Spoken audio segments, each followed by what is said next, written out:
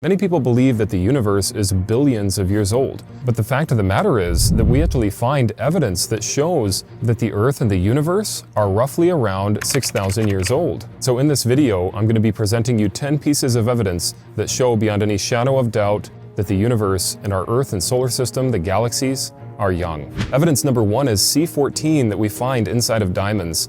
C14 can only last a maximum of 50,000 years. It is constantly wearing out of the material that it inhabits. And so if you're finding C14 inside of diamonds and it only lasts 50,000 years, why is it still in there? Some Darwinists will assert that the diamonds could have been contaminated with C14 from the atmosphere. But number one, they're buried usually deep within the Earth. They cannot be contaminated by the atmospheric pressures of C14 getting put into the ground. And number two, diamonds are actually made up of the most compact atomic particles in the entire world. Even with our most high-tech instruments, we have a hard time breaking through them. And so nothing can really penetrate diamonds. And so to assert that diamonds were contaminated with C14 from the atmosphere is false. And it shows us that these rocks were in fact created recently. Evidence number two would be helium inside of rock crystals. The helium bubbles within these rocks are slipping out of them over time, and they will not remain in zircon much longer. They will have exited the rock in just a few thousand years. And so is it possible that zircon crystals could be billions of years old? The fact of the matter is that God created these rocks fully formed and put time clocks on them to give us evidence that we were in fact created recently. Evidence number three, dinosaur soft tissues. We actually find dinosaur blood cells, collagen from dinosaur bones. We also find C14 inside of dinosaur bones. Remember, C14 only lasts 50,000 years. And so we're finding all sorts of biological material that shows us that dinosaurs did not die out millions of years ago. If you dug up blood cells from any animal in your backyard, you probably wouldn't assume that it died millions of years ago. The evidence would suggest that it died recently. Evidence number four, we find human and dinosaur footprints in the same rocks. And in fact, the Delk print shows that a human stepped into what was soft mud at the time first, and then a dinosaur actually stepped over the human footprint, and then it solidified into a trace fossil. CT scans have been done to verify the validity of the Delk print, and believe it or not, it is legitimate. We find many of these human and dinosaur footprints in the same layers of strata. Evidence number five would be short period comets. While comets go through their orbit, they burn up and they disintegrate. And so short period comets can only last about 10,000 years before they've completely deteriorated. And so how could the galaxy be billions of years old when there are materials that are floating about in space that only last a maximum of 10,000 years? And so this also is great evidence that shows us that the world is not billions of years old. Evidence number six is Earth's magnetic field.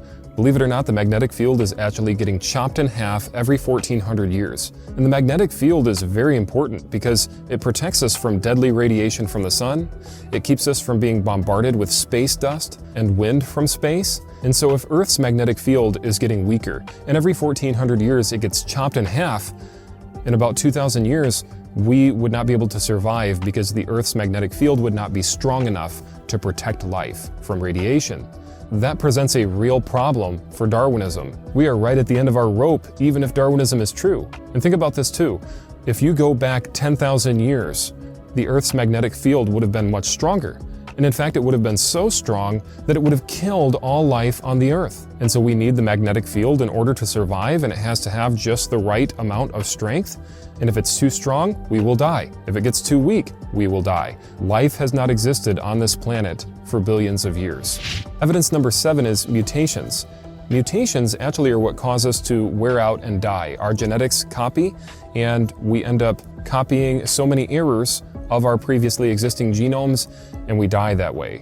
And according to Darwinian evolution, mutations are actually what cause us to get better. Beneficial mutations get selected and create better organisms.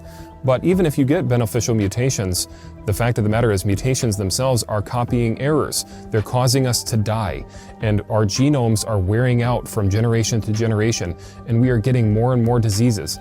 And so even if you have beneficial mutations, it doesn't rule out the fact that a whole lot of deleterious mutations are getting poured into the genome, and they're not getting weeded out by natural selection. If the human genome is wearing out, it shows us that we would have started out with a better genome thousands of years ago, and that we would have degraded since, which is what we do observe in science.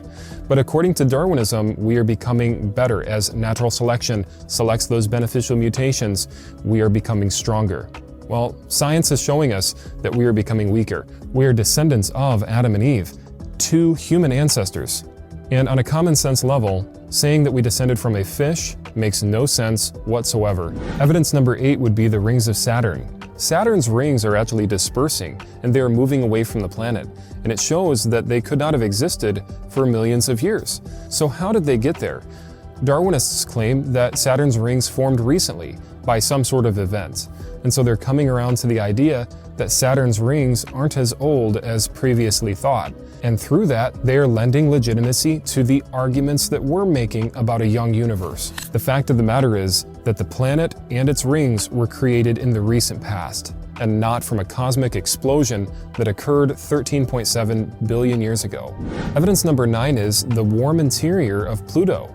Scans have been done to Pluto, and they've found that it's actually very warm on the inside. And so could it have stayed at that temperature for deep time? If you came home from work and you saw food on the table and steam was coming off of that food, you wouldn't assume that it was created yesterday. You would understand that that food was probably prepared by your loved one in the recent hours of the day. If Pluto was billions of years old, it would have been completely cooled at this point. It's much more plausible to suggest that it was brought into existence only thousands of years ago. And evidence number 10 is star deaths. In a galaxy, roughly every 25 years, a star will die. And when it dies, it explodes, and we refer to it as a nova or a supernova. When we look in our galaxy, the Milky Way, we can only find about 200 dead stars. But if the cosmos were to have existed for billions of years, you would find hundreds of thousands of dead stars all throughout our galaxy. And if you look at other galaxies, you'll find that there's roughly 200 dead stars in each galaxy. And so what that proves, beyond any shadow of doubt, if one star is dying per 25 years per galaxy, and there's not hundreds of thousands of dead stars all around us, which there should be, then it shows us, beyond any shadow of doubt, that the universe, the cosmos, the galaxies were created recently, folks. And I want us to really think about this. The Big Bang supposedly contained all of the matter and energy in the world, and that dot of energy, they claim, exploded and created time, space, and nature. But would it be possible to take a rock this small and over time just let it morph into a rock this large? It would not be possible. The Big Bang never happened. The reason that I made this video is because many people will end up going to college and they get indoctrinated by Darwinian evolution, and they will end up rejecting the Bible as being true. Well, let me tell you, God's word is the truth, and we have the scientific evidence to back that up, that beyond any shadow of doubt, the world was created recently, and that we descended from two people, not a jellyfish, and that all life did not share a common ancestor, but that we were intelligently designed. That's what science has actually shown us.